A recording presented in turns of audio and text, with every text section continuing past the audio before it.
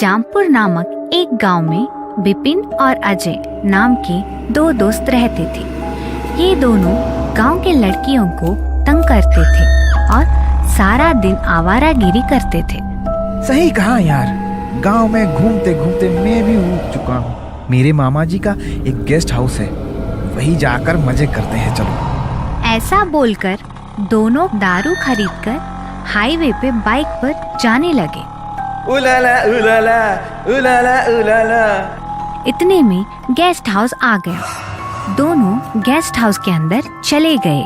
तभी एक काम वाली बाई झाड़ू लगाने के लिए हॉल में आई। अरे अजय, ये माल तो बहुत हॉट है, इसके साथ मजे करेंगे। अरे नहीं मेरे बाप, मेरे मामा को अगर पता चला ना तो चमड़ी उधेड़ देंगे और कभी इस गेस्ट हाउस में आने नहीं देंगे। तू तो डरपोक निकला यार, मैं तो इस काम वाली का मजा लेकर ही रहूंगा। ऐसे बोलकर बिपिन काम वाली के तरफ बढ़ने लगा। नहीं साहब, आप ऐसा मत कीजिए, मुझे छोड़ दीजिए, मुझे छोड़ो साहब। ऐसा बोलते हुए काम वाली बाई अचानक चुड़ैल बन गई और बोलने लगी, मैं काम वाली नहीं, मैं तो चुड़ैल हूँ। तुम जैसे मर्द को सबक सिखाती हूँ। अरे चुड़ैल दीदी, हमें छोड़ दो, इसमें इतना गुस्सा करने की क्या बात है। कुछ साल पहले इसी तरह दो मर्द ने इसी गेस्ट हाउस में मेरा अपमान करके मुझे मार दिया था। अब मैं तुम दोनों को मारकर उसका बदला लेना चाहती हूँ। छोड़ दो चुड़ैल दीदी, हमसे गलती हो गया है, आइंदा से ऐसी गलती नहीं करेंगे। आज से हम सभी महिलाओं का सुरक्षा और सम्मान करेंगे और तुम्हारे कातिल को पुलिस के मदद से पकड़ लेंगे। ठीक है, जल्दी से उन दोनों को ढूंढकर मेरे सामने लेकर आओ। अब जाओ यहाँ से। इसी तरह बिपिन और अजय दोनों वहाँ से जान बचाकर निकल गए। वायरस चुड़ैल। एक गांव से आगे एक जंगल था जिससे पहाड़ों का रास्ता निकलता था। वहाँ दूर जाकर एक कुटिया में एक चुड़ैल रहा करती थी जो कई सालों से वहाँ पर तपस्या कर रही थी। एक दिन वो आग जलाकर हवन की तैयारी कर रही थी और अपनी चुड़ैल देवी को याद कर रही थी।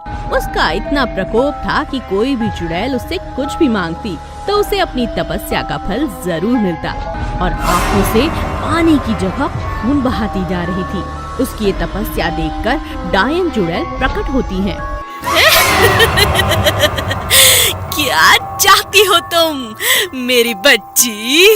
इतना कष्ट खुद को मत दो, बताओ क्या चाहिए तुम्हें? मुझे इस मानव जाति पर अपना प्रकोप डालना है। अब मुझे कुछ भयानक करना है। मुझे अपना आशीर्वाद दो माता। जाओ जाओ जाओ, तुम्हें मैं एक वायरस देती हूँ जिसके प्रकोप से तुम अपने हिसाब से जो चाहो वो करना और अपनी इच्छाएं पूरी करना। इतना कहकर डायन वहाँ से चली गई। चुड़ैल खुशी खुशी जोर जोर से हंसने लगी, साथ ही वायरस को भी प्रकट कर लिया। मेरा प्रिय वायरस, जा इस पूरी दुनिया को तबाह कर दे। चुड़ैल उन जगहों पर जाती जहाँ मांस बेचने की दुकानें थीं। अब जिन लोगों ने भी वहाँ से मांस लिया था और खाया था, अब उनके अंदर एक भयानक वायरस प्रवेश कर चुका था और उसके बाद जिन जिन लोगों ने एक दूसरे से संपर्क किया, उनके मुंह और छूने से दूसरों के शरीर में भी ये वायरस जाने लगा। ये बहुत ही भयानक वायरस था। जहाँ भी कोई बीमार मनुष्य होता, उसी बीमारी से दूसरों को भी ये बीमारी लग जाती। कितने ही लोग मरने लगे और चुड़ैल की मर्जी के मुताबिक वो वायरस सिर्फ गांव या शहर ही नहीं बल्कि देश विदेश में फैलता चला गया। ये इंसान बहुत दुष्ट हैं। इन्हें तो मजा चखाकर मुझे मजा आ गया। सभी राज्य के लोग और राजा परेशान हो चुके थे। उन्हें एक सभा बुलानी पड़ी और सभी ने स्वच्छता पर पूरा काम किया। घर घर तक जानकारी पहुंचाई गई कि हर कोई हाथ मुंह अच्छी तरह धोए, बाहर से कुछ न खाए, मांस मच्छी का सेवन ना करे। सभी लोगों ने दिए हुए निर्देशों का पालन किया। कुछ महीनों तक लोग घर से बाहर तक नहीं निकले और धीरे धीरे चुड़ैल का प्रकोप कम होने लगा। यही बात मैं इन्हें समझाना चाहती थी। अब ये समझ चुके हैं, साफ सुथरे रहते हैं, दूसरों को कष्ट नहीं पहुंचाते। अब ठीक है, अब मुझे यहाँ से चले जाना चाहिए।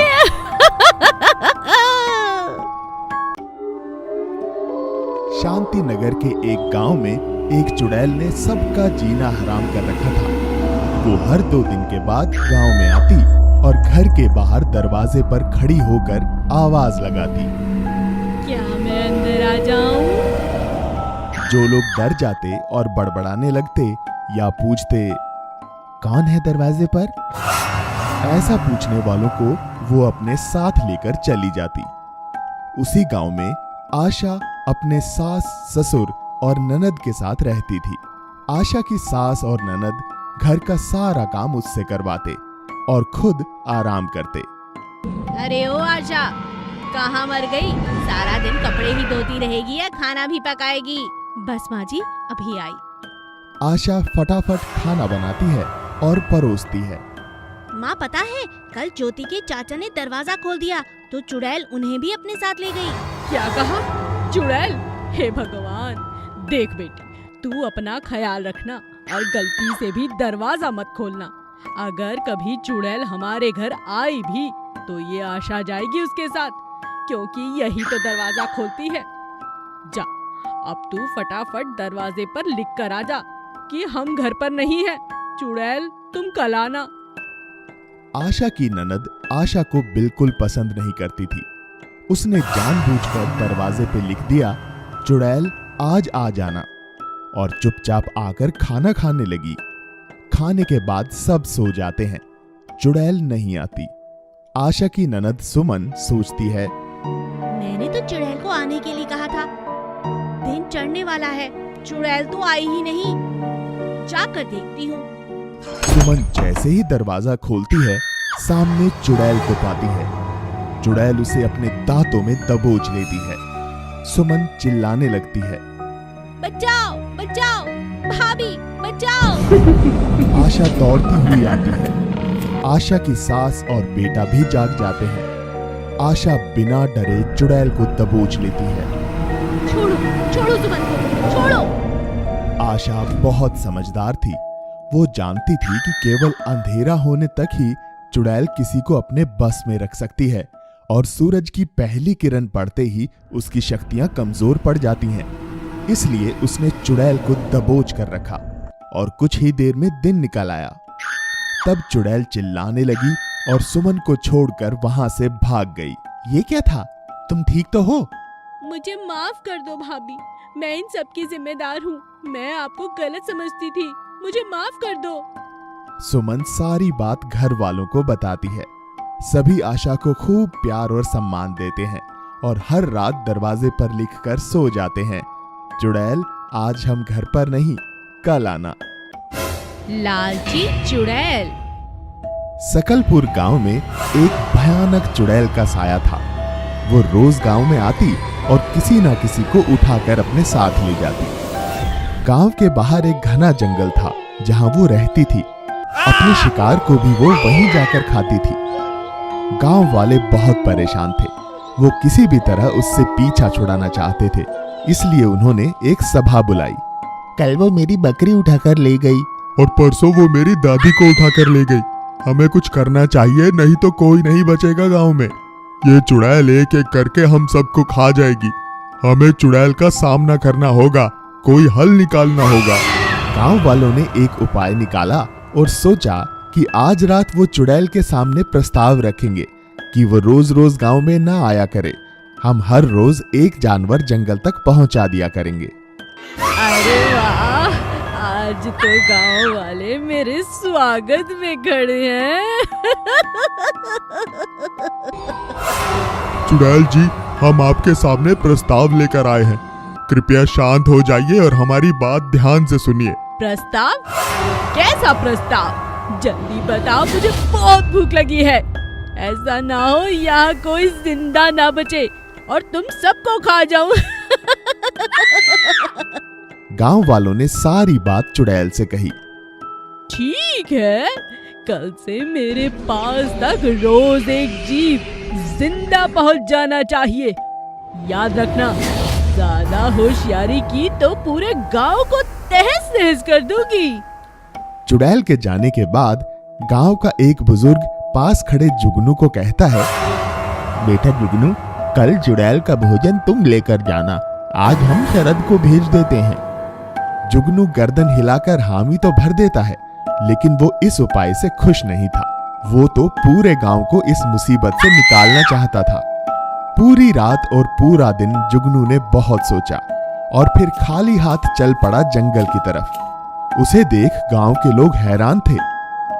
जब जुगनू चुड़ैल के पास पहुंचा तब उसने कहा, चलिए चुड़ैल जी, मैं आपके भोजन को पकड़कर ले आया हूं। कहाँ है भोजन? कहाँ है? कहाँ है? दिखाओ, कहाँ है? वो एक बहुत बड़ा जानवर है जिसे यहाँ लाना मुश्किल था, इसीलिए मैंने उसे नदी किनारे बांध दिया है। आप चलिए। नदी किनारे जुगनू ने जानवर नहीं बल्कि एक चुड़ैलों को पकड़कर कैद करने वाले जादूगर को बुला रखा था, जिसने चुड़ैल के वहां पहुंचते ही उसे अपनी बोतल में कैद कर लिया। और गांव के सभी लोग जुगनू को धन्यवाद कहने लगे और उसे गांव का मुखिया भी बना दिया।